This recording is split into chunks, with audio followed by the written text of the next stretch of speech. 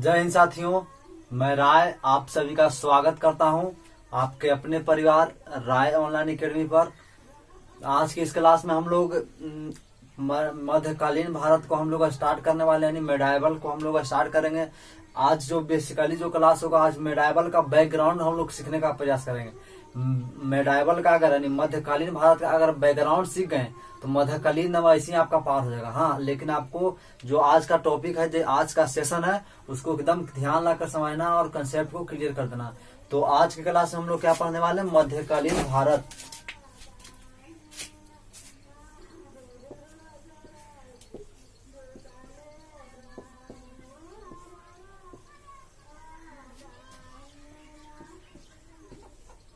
आज हम लोग क्या स्टार्ट करने वाले हैं? मध्यकालीन भारत। और पिछले का नहीं 30 सितंबर को एग्जाम हुआ, देखें ही कि एनसीएन से लगभग 5 प्रश्न आया था। एकदम इजी प्रश्न आया था, जो हम आपको पढ़ाएंगे थे उसी में से प्रश्न आया था। एक प्रश्न क्या था? बिम्बिसार के राजवैद्य का नाम क्या था? तो क्या था? जीवक।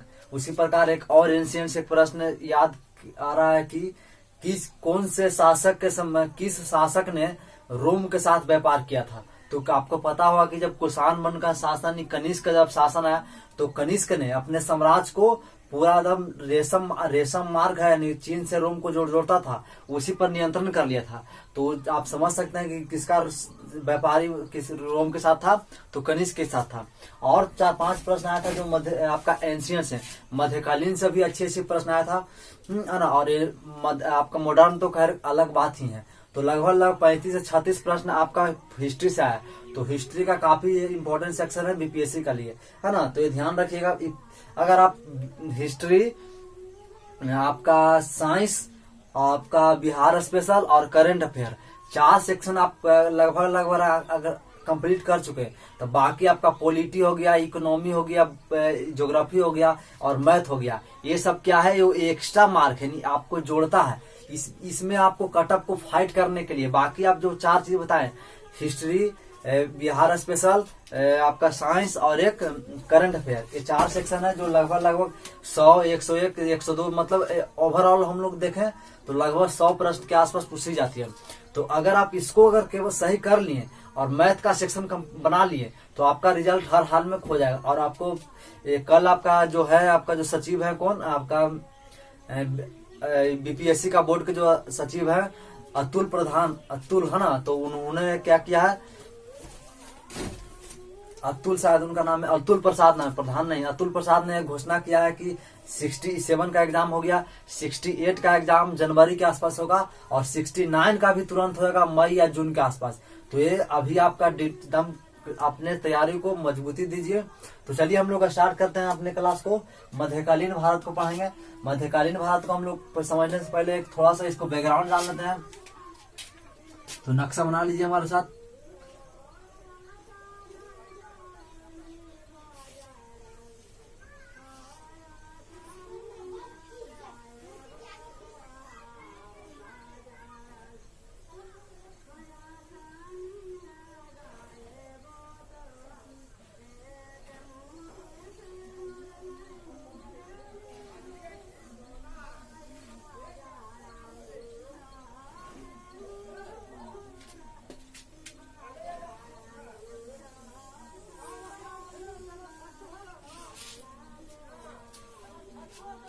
ये आपका इंडिया हो गया और हम लोग स्टार्ट क्या करने वाले हैं? मध्यकालीन भारत।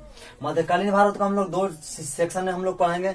मध्यकालीन का एक होगा हम लोग का राजपूत काल, एक काल हो यानी जो प्रारंभिक समय है उसको, उस काल को हम लोग यानी मध्यकालीन के जो प्रारंभिक समय है उसको हम लोग क्या कहते हैं? पूर्व मध्यकाल। और पूर्व मध्यकाल में लगभग देखें तो जितने भी राजपूतों ने शासन किया है यानी राजपूत, उसी को हम लोग राजपूत काल कहते हैं। तो मध्यकालीन भारत को हम लोग 2 हिस्सा में बांटे। कितने हिस्सा में? 2 हिस्सा में। एक हिस्सा को हम लोग क्या कहेंगे? पूर्व मध्यकाल। पूर्व मध्यकाल क्या कहेंगे हम लोग? पूर्व मध्यकाल। और एक हम लोग क्या कहेंगे? मुस्लिम यानी उत्तर मध्यकाल।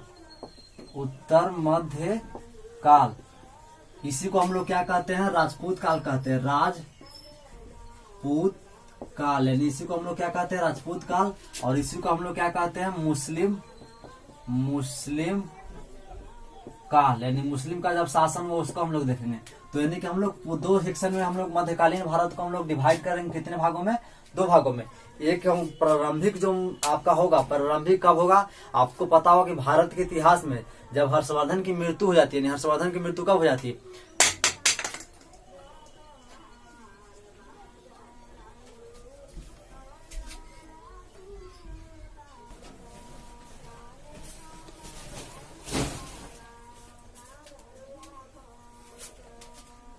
तो हम लोगों ने यानी कि एक हम लोग देखेंगे पूर्व मध्यकाल, एक हम लोग उत्तर मध्यकाल देखेंगे। तो पूर्व मध्यकाल में हम लोग कौन कौन सा राजा का पढ़ेंगे? तो इधर देख लीजिए,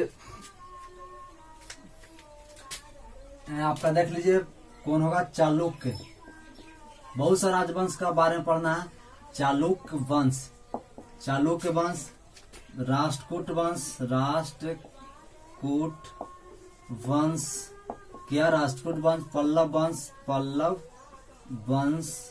पल्लव वंश। उसके बाद देखेंगे हम लोग चोल वंश। कौन सा वंश? चोल वंश, चोल वंश। उसके बाद देखेंगे तो चौहान वंश, चौहान वंश, परमार वंश, चंदेल वंश, गंग वंश। उसके गंग और बहुत सारे यानी राजवंश है जो आपको इसमें से कई सामान्य यानी कि कुछ इसी चैप्टर में से यानी किसी वंश में से बहुत सारे और से छोटे छोटे, जैसे यादव वंश हो गया, देख लीजिए बहुत सारे वंश है, होयसल वंश, यानी बहुत सारा वंश इसमें धीरे धीरे निकलेगा। तो अभी इतना ही आप समझ लीजिए कि इतना ही सारा पढ़ना है, लेकिन जैसे जैसे क्लियर होगा तो अलग अलग यानी सामंत, चूंकि सामंती प्रथा चल रहा था, तो सामंत जब देखेगा कि राजा कमजोर है, जो मेन राजा कमजोर है, वो अपने आप के क्षेत्र को एक स्वतंत्र राज घोषित कर लेगा और नए डायनेस्टी का उदय कर लेगा। जैसे चौहान वंश हो गया, चंदेल वंश हो गया, परमार वंश, ये सब सामंत थे। किसके सामंत थे?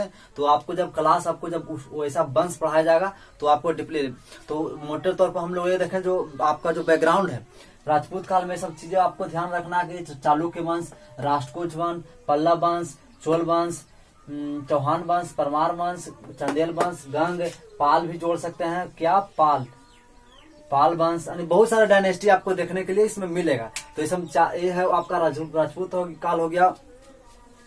अब देखिए यानी कि हम लोग कब से कब इसको मानेंगे, यानी कि 647 के बाद, यानी कि जो पूर्व मध्यकाल का हम लोग ड्यूरेशन देखें, पूर्व मध्यकाल का हम लोग समय अवधि देखें, कब से कब हम लोग का है पूर्व मध्यकाल स्टार्ट हुआ है ना, कब से कब हम लोग के स्टार्ट हुआ, इसी को देखेंगे।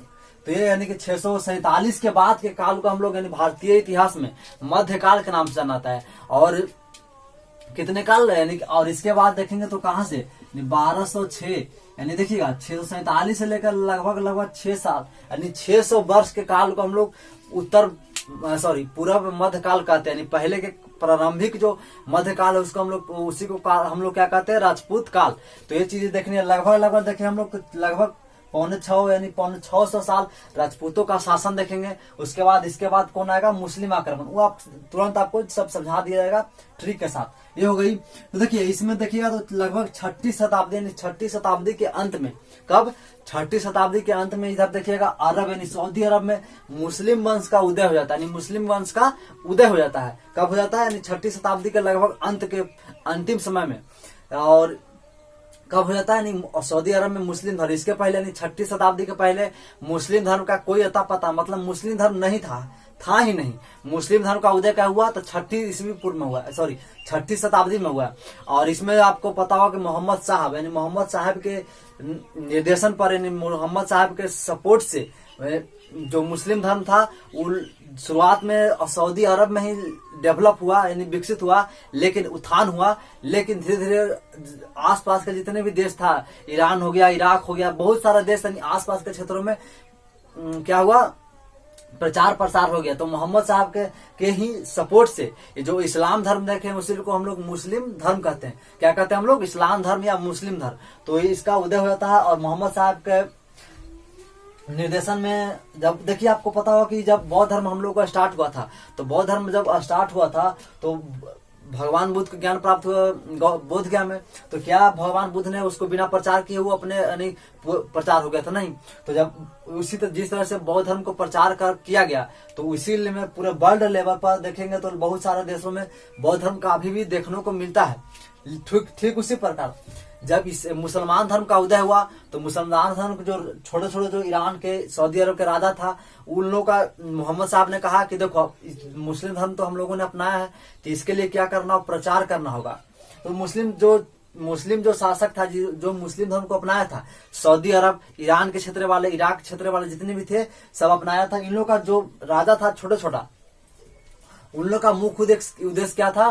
तो इस्लाम धर्म का नहीं, मुस्लिम धर्म को प्रचार करना और साथ ही धन को लूटना। यानी जहां वो आक्रमण करता था, यानी आक्रमण करके वहां मान लीजिए आपका पटना भारत में आक्रमण किया, तो भारत में आक्रमण करके वहां जितने भी धन है, सोना है, चांदी है, पैसा है, बहुत सारा धन को लूटेगा और साथ ही जब बहुत यानी प्रचार करेगा। और प्रचार करने के बाद जब लगेगा कि हम इतना क्षेत्र में प्रचार कर दिए, तो जाने के लौटने के समय क्या करेगा, धन बहुत सारा धन लूटनेगा।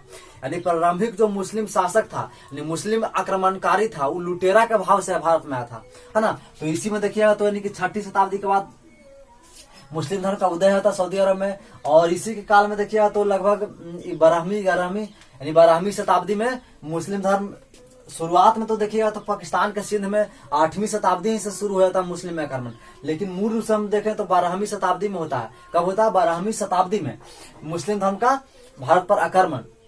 अब देखिए जो मोहम्मद साहब थे, इनका मानना था कि देखो प्रचार करेगा तभी इस्लाम धर्म आगे बढ़ेगा, तो इन्होंने आदेश दिया छोटे छोटे राजा को, जाओ आप प्रचार करो। तो इस ससुरा ये लोग मुस्लिम जो शासक था शुरुआत वाला, इस ससुरा ये लोग का अलग डिजाइन था। ये लोग कहता था कि खाली हम इस्लाम धर्म प्रचार कर जाएंगे, नहीं, हम कहा कि इस्लाम धर्म को हम प्रचार करें, मेन हमारा जो उद्देश्य होगा इस्लाम धर्म को हम प्रचार कर जाएंगे। लेकिन जब हम समझ जाएं कि वहाँ का जो राजा है कैसा है, वहाँ का प्रजा कैसा है, उसके हिसाब से हम लूटना चालू कर देंगे। और शुरुआत में लोग क्या किया, धर्म प्रचार के उद्देश्य से दूसरे देश पर आक्रमण किया था। दूसरे देश जाने लगा कि हम धर्म को प्रचार करना चाहते हैं, ईसाई धर्म को हम लोग क्या करना चाहते हैं, ईसाई धर्म को प्रचार करना चाहते हैं। इसी के उद्देश्य से क्या हुआ कि जो मुस्लिम शासक था भारत पर आक्रमण कर देता है और आपका देख लीजिए तो इस्लाम धर्म को प्रचार के साथ साथ जितने भी धन है, सोना है, चांदी है, बहुत सारे धन को लूटता है। जब बहुत सारे धन को लूटता है, क्या करता है, बहुत सारे धन को लूटता है ना। तो ये चीजें हो गई। तो हम लोग देखेंगे कि आखिर मुस्लिम धर्म का उदय यानी कि देखिएगा एक लुटेरा है, उसका नाम क्या है, महमूद गजनी। उसका नाम क्या है, महमूद गजनी। और महमूद गजनी ऐसा लुटेरा है कि 17 बार आकर भारत को लूटा था। कितने बार? लगभग 17 बार। आज के दौर में देखिए कि स्टूडेंट के क्या होता है कि 1-2 एग्जाम अगर सफल ना हो तो वो रन को ही छोड़ देता है, मतलब मैदान को ही छोड़ देता है। लेकिन हम आप सबसे कहना चाहते हैं, अगर आपके मेहनत में दम है तो आज नहीं तो कल आपका रिजल्ट आपके हाथ में होगा, आपका भविष्य आपके एक सिक्योर पद पर आप चयनित होंगे।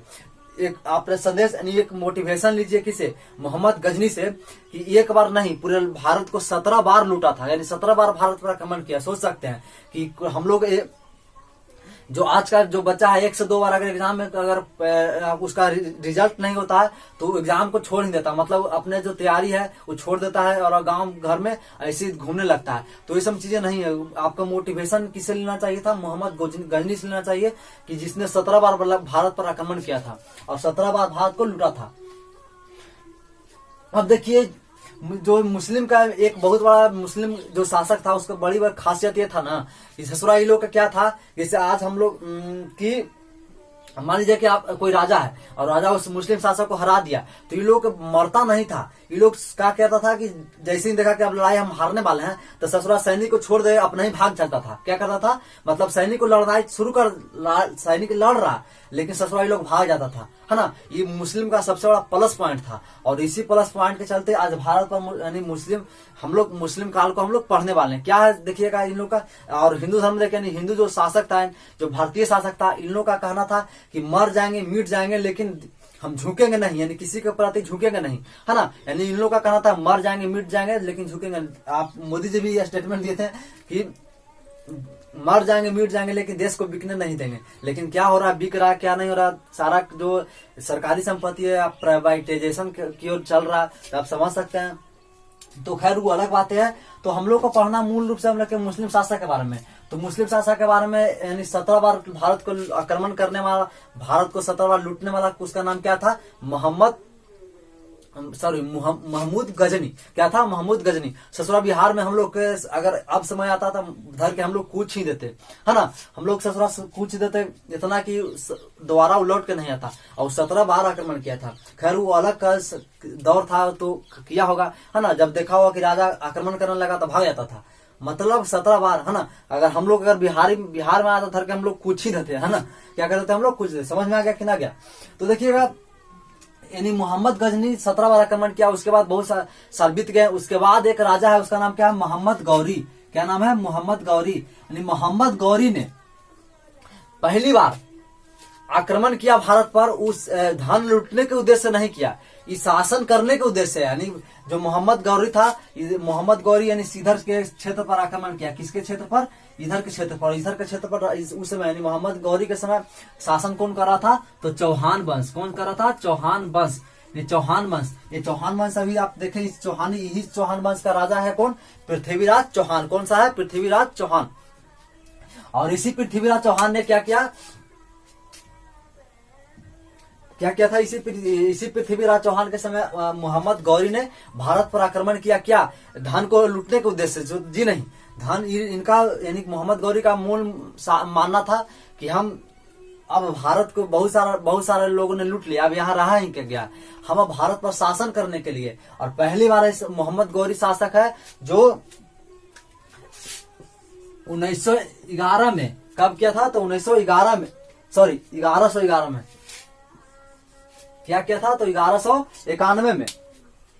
तो 1191 में कौन किया था? मोहम्मद गौरी। यानी मोहम्मद गौरी ने आक्रमण कर दिया। और उस समय इधर का यानी पंजाब, हरियाणा और दिल्ली का क्षेत्र में शासन कौन कर रहा था? चौहान वंश यानी पृथ्वीराज चौहान। तो इस समय पृथ्वीराज चौहान बहुत शक्तिशाली राजा था, बुद्धिमान राजा था। इसने किसी भी बलपूर्वक से मोहम्मद गौरी को पराजित कर दिया।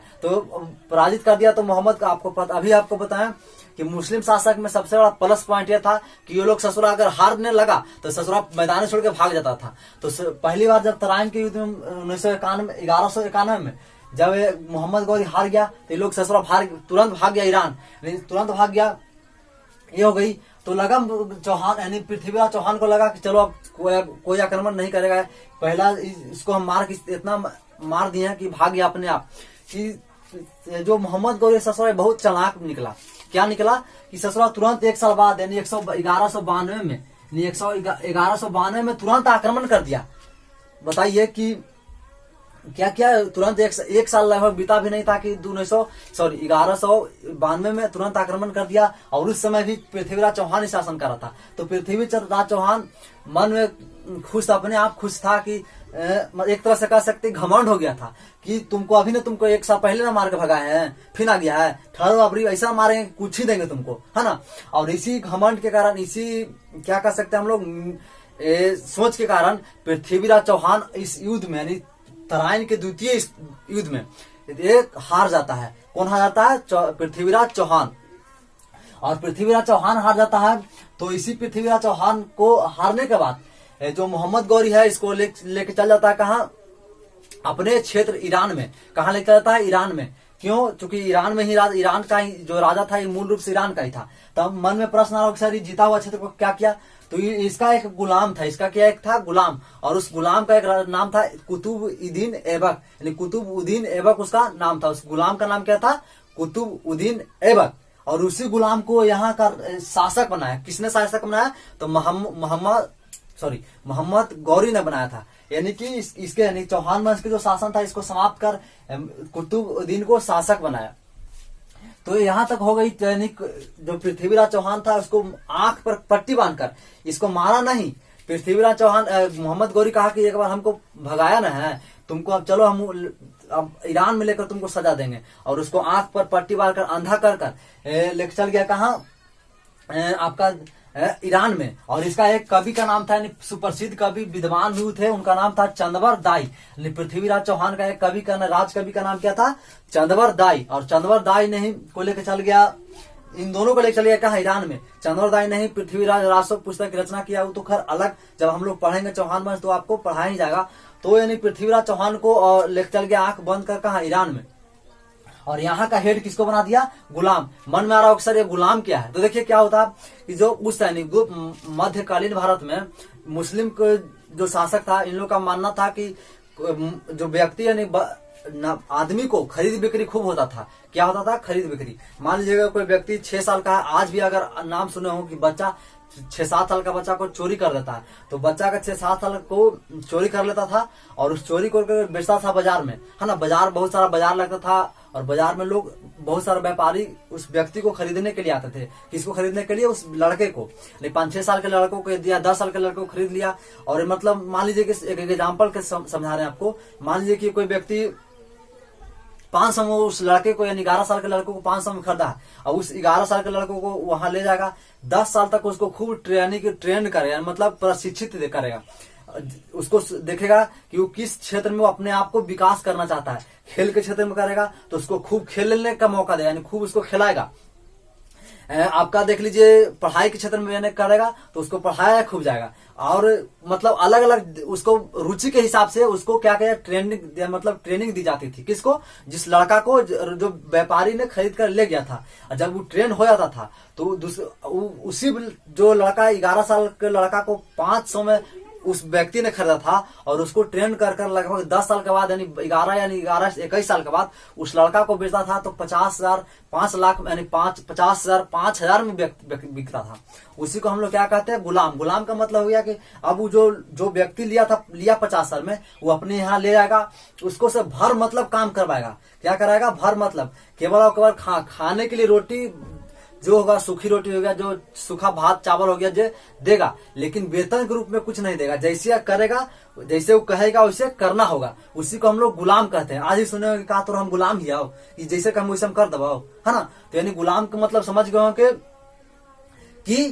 कि जो गुलाम को के जो राजा यानी जो खरीद कर उसको एक मूल्य देता था। किसको? व्यापारी को। और उसको कुछ फायदा नहीं होता, उसको केवल और केवल खाने के लिए भोजन मिलता था, वो में सही से उसको खाना भी नहीं मिलता था, है ना। तो इसी का एक गुलाम है कौन?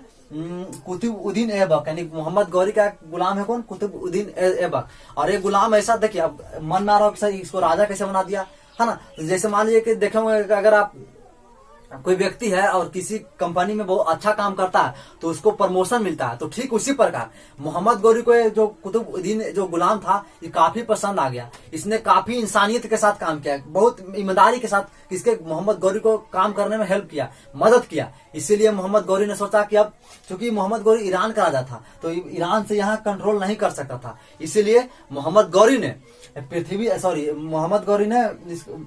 कुतुबुद्दीन ऐबक को यहाँ का प्रशासक नियुक्त किया। कहा कि जैसे हम कहेंगे जैसे करना है ना, जैसे हम कहो वैसे करना। तो इसी में अब देखिए मानते हैं मोहम्मद साहब को, तो मोहम्मद साहब का मानना था कि देखो जिस तरह से पृथ्वी पर एक सूर्य और एक चांद मिलकर पूरे धरती को प्रकाशित कर रहा, तो क्यों नहीं एक पूरे धरती के लिए एक राजा हो। क्या हो? पूरे धरती के लिए एक राजा हो। और है ना, और इसी उद्देश्य से मोहम्मद साहब ने सोचा कि जिस तरह से पृथ्वी और सूर्य और चांद मिलकर पूरे धरती को प्रकाशित कर रहा, तो क्यों न एक राजा हो। और इसी के उद्देश्य से इन्होंने मुस्लिम धर्म का उदय भी किया था। और उससे जो मोहम्मद साहब का मानना था जो मेन राजा होगा पूरे पृथ्वी के लिए, उसी को हम लोग क्या कहेंगे? खलीफा। क्या कहेंगे हम लोग? खलीफा। तो ये मन में प्रश्न आ रहा है कि सर पूरा धरती को क्या एक व्यक्ति चला सकता है? तो जी नहीं, हाँ चला सकता, ऐसा नहीं कि नहीं चला सकता। लेकिन मान लीजिए कि इसे भारत है, तो भारत का एक पूरा व्यक्ति कोई हेड होगा, उसको हम लोग प्रधानमंत्री कह रहे हैं। तो मन में आ रहा है कि सर क्या भारत को पूरे प्रधानमंत्री चला सकता है? तो चला सकता है। लेकिन मान लीजिए अगर कोई व्यक्ति इधर में, आपको पता हो कि म्यांमार भारत का ही अंग था, तो भूल जाइए कि भारत का अंग था। भूलना क्या है? ये अखंड भारत को हम लोग बात करेंगे तो भूलेंगे किसे जी, है ना। ससुरा ये हम लोग का एक भाई न था, भले अलग हो गया वो दूसरा बात है। हम लोग अखंड की भारत की अगर बात करते हैं तो पूरा म्यांमार हम लोग का है जी, है ना। म्यांमार का इधर देखिएगा सुमात्रा जितना भी द्वीप वगैरह सब हम ही लोग का था, तो खैर अलग हो गया दूसरा बात है। तो देखिएगा, यानी कि मान लीजिए कोई व्यक्ति अगर श्रीलंका के क्षेत्र को जीता, तो जो राजा था, यानी जो मेन राजा था, उसको हम लोग क्या कहते हैं, खलीफा। तो हाँ, मान लीजिएगा आप किसी नए क्षेत्र को आप जीते हैं, यानी किसी नए क्षेत्र पर आक्रमण किए हैं, तो आप जो खलीफा है, खलीफा से एक सिग्नेचर करवा लीजिए, एक शपथ पत्र ले लीजिए कि हम इस क्षेत्र पर जीते हैं और हम आपके अधीन रहकर कार्य करना चाहते हैं, है ना। तो अगर जो खलीफा है, अगर खलीफा अगर सिग्नेचर कर दे, यानी खलीफा आपके जो बॉन्ड पेपर पर सिग्नेचर कर दे, तो उसी को हम लोग क्या कहते हैं, सुल्तान कहते हैं। यानी सुल्तान किसके अंदर काम करता था, तो खलीफा के अंदर। तो इसी प्रकार यानी मोहम्मद दो, यानी कि जो हम लोग सेक्शन है, इसको हम लोग दो यानी मुस्लिम काल को, उत्तर मध्य काल को हम लोग दो भागों में बांट कर पढ़ेंगे। कितने भागों में, दो भागों में हम लोग बांट कर पढ़ेंगे। कितने भागों में हम लोग बांट कर पढ़ेंगे, दो भागों में, है ना। मन में कितने भागों में हम लोग, दो भागों में। अब देखिएगा, यानी 1206 में, 1206 में क्या है, अभी अब जो टाइम पीरियड है आपके समझ में आएगा। तब देखिए, यहां तक तो ठीक ठाक चल रहा था, यानी यहां तक कोई दिक्कत नहीं था। तो एक काल हम लोग देखेंगे, जो खलीफा के अंदर काम करेगा उसको हम लोग क्या कहेंगे, सुल्तान। और इसी सुल्तान अगर राजा बन गया, यानी सुल्तान अगर शासक बन गया, तो उसी को हम लोग सल्तनत काल कहते हैं। क्या, सल्तनत काल, इसी को हम लोग क्या कहते हैं, सल्तनत काल। अब देखिए, इसको हम लोग क्या कहते हैं, यानी गुलाम किस खलीफा के अधीन काम करने वाले राजा को हम लोग सुल्तान कहते हैं। और इसी सुल्तान के राजाओं को हम लोग सल्तनत काल कहते हैं। इनमें बहुत सारे राजाओं को हम लोग डीपली यानी डीप रूप से हम लोग पढ़ेंगे। अब देखिए, अब मोहम्मद गौरी लेकर चल गया कहाँ, पृथ्वीराज चौहान को कहाँ, अपने ईरान में। तो ले जाने के बाद क्या किया, इस ससुरा लगभग यानी ले गया था इसको कब, यानी कि 1192 में ले गया था पृथ्वीराज चौहान को ईरान में। लगभग 14 साल हो गया था। कितने साल, 14 साल बाद इस पृथ्वीराज चौहान यानी जेल में बंद था। तो पृथ्वीराज चौहान को मोहम्मद गौरी सोच रहा है कि कब तक तुमको हम बैठा के खिलाएंगे। ऐसा करते हैं कि तुमको काट देते हैं, हत्या कर देते तो ठीक रहेगा। कब ऐसा तो यहाँ रह कर क्या करेगा, और हमारा जो संसाधन उस खपत कर रहा है, खा रहा है। और मन में प्रश्न है ना। तो एक निर्णय लिया, लगभग कब, एक दिन निर्णय लिया किसको, मोहम्मद गौरी बीच सभा में, दरबार में, कि पृथ्वीराज चौहान को हत्या कर दी जाए। और पूरे दरबार में सभी दरबारी बैठा था। तो पृथ्वीराज चौहान को बुलाया गया। तो उस समय है ना, पृथ्वीराज चौहान को जब दरबार में बुलाया गया, तो पृथ्वीराज चौहान का एक दरबारी कवि का नाम क्या था, चंदवर दाई, है ना। चंदवर दाई को भी ईरान ले गया था कौन, मोहम्मद गौरी। इसीलिए जो मोहम्मद गौरी था ने जब दरबार में बोला किसको, पृथ्वीराज चौहान को, तो उसने बोला कि इसको हत्या कर दो। तब जो चंदवर दाई था, चंदवर दाई ने कहा कि हुजूर, इनके अंदर एक बहुत सारा कला छिपा हुआ है ना। क्या छिपा हुआ, कला सॉरी क्या छिपा हुआ, कला। और इस तरह कहा कि ऐसा कोई क्या बात है, कौन सा कला छुपा हुआ है। तो चंदवर दाई ने कहा कि इनके अंदर एक शब्द भेद यानी शब्दबान, इनको शब्दबान चलाने का ज्ञान है। कहा कि शब्दबान क्या होता है।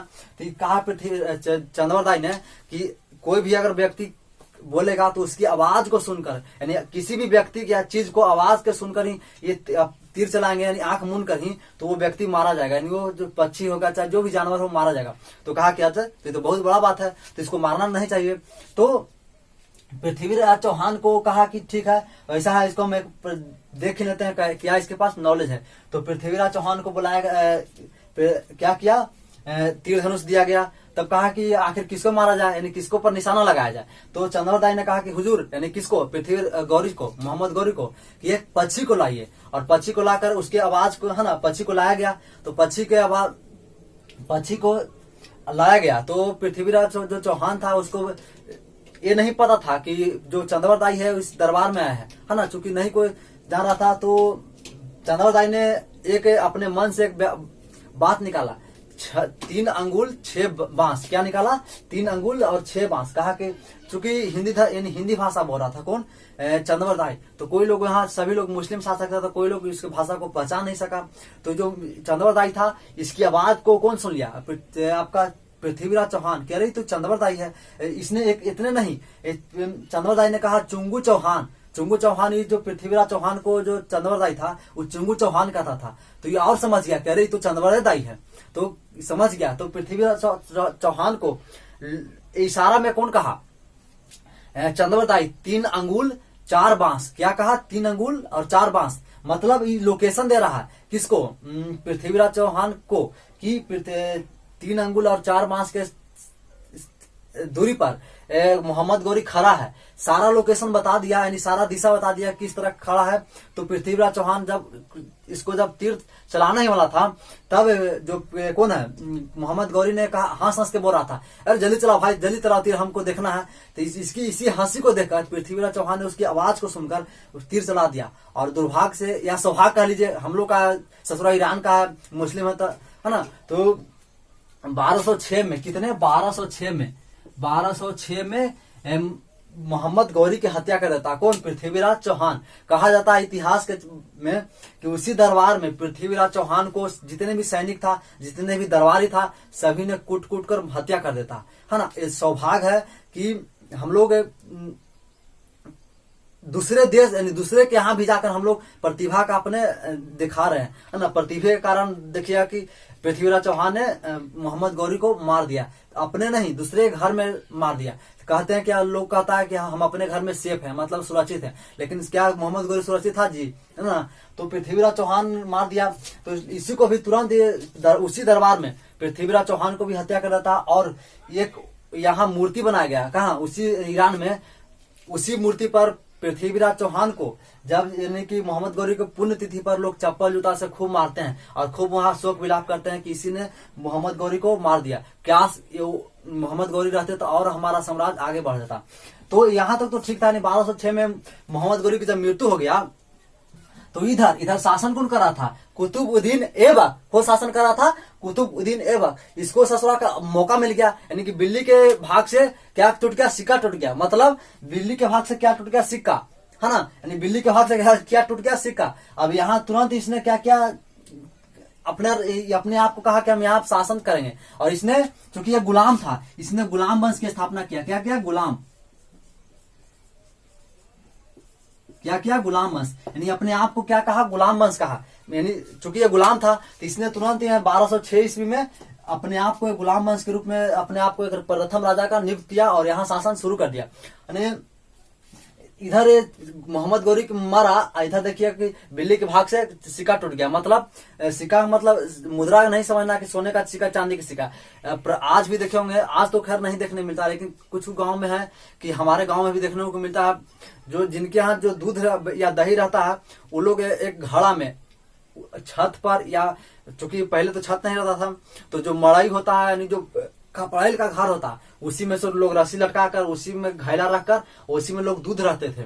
उसी जो रस्सी को हम लोग क्या कहते हैं, सिक्का कहते हैं, है ना। गांव के भात में, सॉरी, गांव देहात के भाषा में लोग सिक्का कहते हैं। ऐसा नहीं कि जो सिक्का 1 रुपया 2 रुपया वाला वो सिक्का नहीं है ना। यानी गाँव के अगर लोग आज भी उस सिक्का के बारे में पूछिएगा कि सिक्का में दूध रखल है तो बता देगा, यानी सिक्का में दूध टंगा हुआ है तो हम बता देंगे। सीबीएसई वाला नहीं बताएगा, सीबीएसई वाला देखा ही नहीं तो क्या बताएगा। तो ये हो गई गुलाम वंश की स्थापना की। तो देखिए सल्तनत काल के बारे में हम लोग डिटेल से क्या करना है, हम लोग को पढ़ना है। उसके बाद देखिए कि 17 यानी सल्तनत काल के हम लोग शुरू कब किया, तो 1206 में। कब किया, 1206 में। कब किया, 1206 में, है ना। यानी 1206 में। और इसी में देखिए बहुत सारे राजवंश का उदय हो गया। इसी गुलाम वंश के मारकर बहुत सारे अगला वंश आएगा। तो इसको याद करने के लिए, यानी सल्तनत काल में कौन कौन सा वंश आता है, इसको याद करने के लिए एक ट्रिक आपको बताते हैं। क्या ट्रिक बताते हैं, याद ट्रिक रखिएगा। ट्रिक है, इसको पहले मिटा ही देते तो बेहतर रहेगा। ट्रिक ये है, ट्रिक को ध्यान रखिएगा। गुलाब खिला तुगलक शायद, गुलाब खिला तुगलक शायद लोदीपुर में। कहा, लोदीपुर में। ये चूंकि एक व्यक्ति का नाम क्या है, उसका नाम है तुगलक, और एक लोदीपुर है गांव का नाम है। अब देखिए यहाँ ट्रिक समझिएगा। अब यहाँ बहुत सारे, गुलाब मतलब गुलाम, कौन सा, गुलाम वंश, गुलाम वंश। खिला मतलब खिलजी वंश, कौन सा वंश, खिलजी वंश, खिलजी वंश, कौन सा वंश, खिलजी वंश। तुगलक मतलब तुगलक वंश, कौन सा वंश, तुगलक वंश। शायद मतलब शायद वंश, शायद मतलब शायद वंश। और लोदी मतलब लोदीपुर, लोदीपुर मतलब लोदी वंश, है ना। ये ट्रिक है आपको याद रखने के लिए, आपको परमानेंट ट्रिक याद रखिएगा।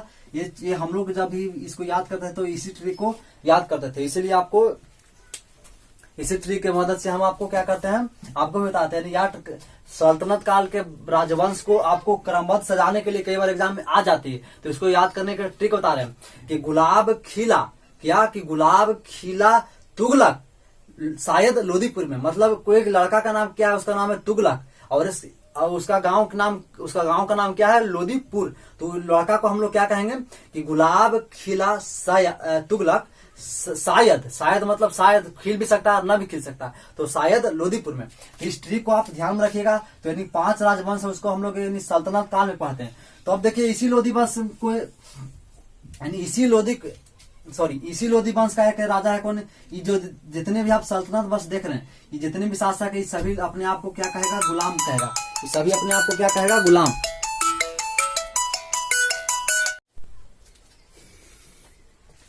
यानी गुलाम वंश, खिलजी वंश, तुगलक, सैयद लोदी, यानी गुलाब खिला तुगलक शायद लोदीपुर में। ये ट्रिक्स आपको याद रखना। ये जितने भी 5 शासक यानी 5 वंश पर हैं, ये सब वंश अपने आप को गुलाम कहता था कि हम गुलाम हैं। इसीलिए इस सभी वंश को हम लोग एक मोटे तौर पर देखते हैं तो इसको तुगलक वंश कहते हैं। क्या कहते हैं हम लोग, तुगलक, सॉरी आपका क्या कहते हैं हम लोग, सल्तनत काल, यानी अपने आप को सुल्तान कहता था, और इसी को हम लोग क्या कहते हैं, सल्तनत काल। और सल्तनत काल की शुरुआत कब से होती है, तो 1226 से 1206 से। कब होता है, 1206 से।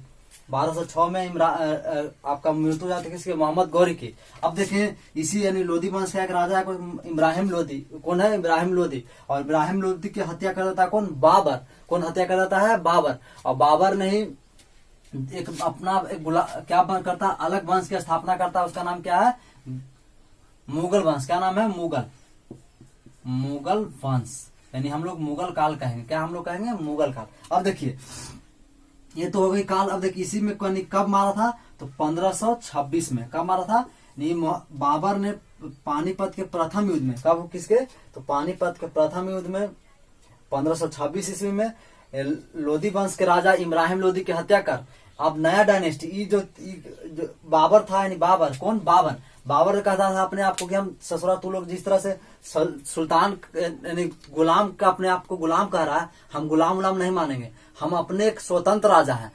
और इस मुगल काल के बाबर ने बादशाह की उपाधि लिया। किसकी, मानी बादशाह, मतलब हम बादशाह हैं, गुलाम नहीं हम हैं। तो इसी के काल के हम लोग क्या कहेंगे, गुलाम वंश, मुगल वंश। और मुगल काल में हम लोग बहुत सारे राजाओं को देखेंगे। तो ये हम लोगों ने देख लिया कि यानी सल्तनत काल का समय कब से कब चला था, 1206 से 1526।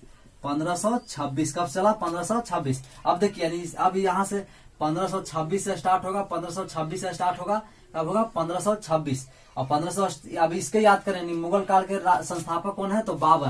कौन है, बाबर। अब इसको याद करने की एक ट्रिक है, वो याद रखिएगा, क्या है, तो बहु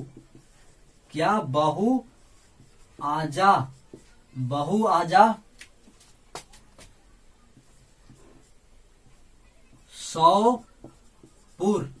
ये ट्रिक ये आपको याद रखना है कि बहु आजा सौपुर में। ब से देखिए, ब से बाबर, तो बाबर हम लोग लिख देंगे बाबर। हु से हुमायूं, यानी बाबर के बाद कौन राजा बनेगा, हुमायूं। आ से कौन, अकबर। आ से अकबर, जा से जहांगीर, जहांगीर। सा से शाहजहां, और औ से औरंगजेब, यानी औरंगजेब जो मूल रूप से देख रहे हैं, यानी 1 2 3 4 5 6, यानी 6 जो राजा देख रहे हैं, इसी को हम लोग क्या कहते हैं, मुगल काल। लेकिन इसके बाद यानी ये सब अपने आप को एक वंशज है, यानी एक दूसरे के बेटा है। बाबर का बेटा है हुमायूं, हुमायूं का बेटा अकबर, यानी एक दूसरे का बेटा है ना। तो इसी को इसको हम लोग क्या कहेंगे, मुगल काल। लेकिन मुगल काल में आपको 2 वैरायटी देखने को मिलेगा। एक हम लोग उत्तर यानी पूर्ववर्ती मुगल काल कहेंगे। तो पूर्ववर्ती मुगल काल में जो बाबर के जितने भी वंशज है उसको बारे में पढ़ना है। और इसके बाद यानी औरंगजेब के बाद क्या है, बहुत सारे और से राजा आएंगे, उसको हम लोग क्या कहेंगे, उत्तरवर्ती मुगल। क्या हम लोग कहेंगे, उत्तरवर्ती मुगल। और उत्तरवर्ती मुगल को हम लोग यानी मोहम्मद क्या हम लोग कहेंगे, तो बहादुर शाह जफर हो गया, शाह आलम द्वितीय हो गया, अकबर द्वितीय, यानी बहुत सारे राजवंश, 8 9 10 राजवंश पढ़ना है ना। ऐसा करते हैं कि हम लोग एक बार नहीं लिखा देते, जब आपको जब ये सब सारा टॉपिक समाप्त होगा उसके बाद आपको चीजें लिखा दी जाएगी। कई बार जो होता है ना कि हम लोग अगर किसी फंक्शन में जाते हैं, बर्थडे फंक्शन या शादी फंक्शन में, तो लोग अगर गांव देहात का जो संस्कृति है, कल्चर है, उसको ध्यान रखेगा तो लोग देखिएगा कि लोग एक तरह से एक दिन से खाना परसते हैं, उसके बाद लोग खाते हैं। मतलब ये 2 पूरी आप खा लिए तो अगला 1-2 पूरी मिलेगा। लेकिन वही सीबीएसई वाला में नहीं, बफर सिस्टम लोग कहते हैं। बफर सिस्टम में एक थाली भान लेगा, यानी जानवर की तरह ले लेगा। तो हम लोग जानवर की तरह नहीं पढ़ना है कि पचे ही नहीं। हम लोग को एक पूरी खाएंगे तभी अगला पूरी लेंगे। तो उसी तरह हम लोग को पचा के आगे पढ़ना है। तो ये आपका हो गया नहीं। औरंगजेब के बाद 1526 से लेकर 1757 तक हम लोग पढ़ेंगे, उसको हम लोग क्या कहेंगे, मुगल काल। तो ये हो गई आपका पूरा सेक्शन, जो यही आपका है। अगर ये समझ गए तो आपका मेडाइवल कंप्लीट हो गया। तो मेडाइवल का मेल जो है ना, सबसे टफ सेक्शन है वो है बैकग्राउंड समझना, है ना। क्या समझना? बैकग्राउंड। सबसे पहले हम उम्मीद करते हैं कि इतना सारा बता देने के बाद अगर आप थोड़ा भी अगर दिक्कत होगा तो कमेंट में बताइएगा। तो इसको हेडिंग में लिखिए मध्यकालीन भारत, मध्यकालीन भारत, और 2 कलम में इसको विभाजित कीजिए। एक कलम को लिखिए पूर्व मध्यकाल और एक को लिखिए उत्तर मध्यकाल। एक को लिखिए पूर्व मध्यकाल और एक को लिखिए उत्तर मध्यकाल। और पूर्व मध्यकाल में लिखिए राजपूत काल, और इसको लिखिए मुस्लिम काल। इसमें लिखिए मुस्लिम काल, इसमें लिखिए क्या, मुस्लिम काल। इसको समय लिख लीजिए, यानी पूर्व मध्यकाल का कब से कब रहा, तो 647 से लेकर 1206 तक। 647 से लेकर 1206 तक ये हम लोग कहाँ पढ़ने गए,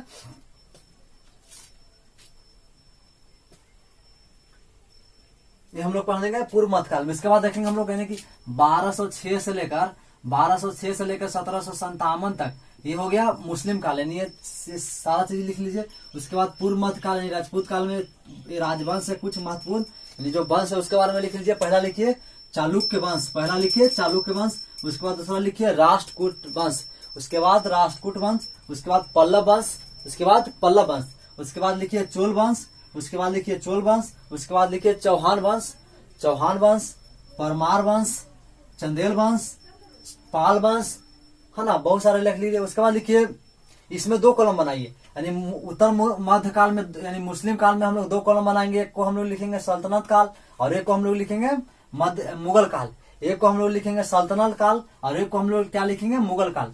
तो ये लिख लीजिए, मुगल काल में लिखिए, सल्तनत काल में लिखिए कब से कब, तो 1206 से 1526, 1206 से 1526। अब इसका ट्रिक याद रखिए, ट्रिक लिखिए गुलाब खिला तुगलक शायद लोदीपुर में, गुलाब खिला तुगलक शायद लोदीपुर में। और इसको एक सेक्शन को कंप्लीट रूप से बंद कर दीजिए बॉक्स बनाकर। और ये ट्रिक आपका अंदर आपके दिमाग में है तो सल्तनत काल के जो राजवंश है यानी वंश के बारे में आपको एकदम अरेंज के तरह से यानी आप सजा सकते हैं। और ये एक एग्जाम में आता है कि मुगल यानी खिलजी वंश के पहले कौन सा वंश था, तो ये आपको गुलाम वंश याद रखना है। उसके बाद लिखिए मुगल काल, और मुगल काल का समय लिखिए 1526 से 1757, 1526 से 1757। और इसका ट्रिक लिखिए बहु आजा, ट्रिक लिखिए बहु आजा साओपुर में, साओपुर एक गांव का नाम है, यानी बहू को हम लोग बुला रहे हैं कि साओपुर में आजा, क्या आजा, साओपुर में आजा, यानी बहू आजा साओपुर में, है ना। तो ये लिख लिए। ट्रिक बाद लिखिए बाबर, हुमायूं, अकबर, जहांगीर, शाहजहां और औरंगजेब। और इसके बाद बहुत सारा आएगा, उसको हम लोग क्या कहेंगे, उत्तर मुगल काल।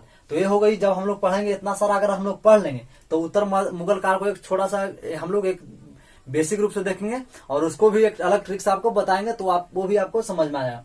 तो उम्मीद करते हैं कि मध्यकालीन का जो बैकग्राउंड था, बैकग्राउंड का वीडियो था, अच्छी तरह समझ में आया होगा। तो समझ में आ रहा है तो वीडियो को लाइक कीजिएगा, कमेंट में बताइएगा, यस कीजिएगा अगर समझ में आ रहा तो। चैनल पर नए हैं तो चैनल को सब्सक्राइब कर दीजिएगा और वीडियो को अधिक से अधिक शेयर कर दीजिएगा। हम लोग फिर मिलेंगे नए क्लास और नए टॉपिक के साथ। तब तक के लिए जय हिंद, वंदे मातरम।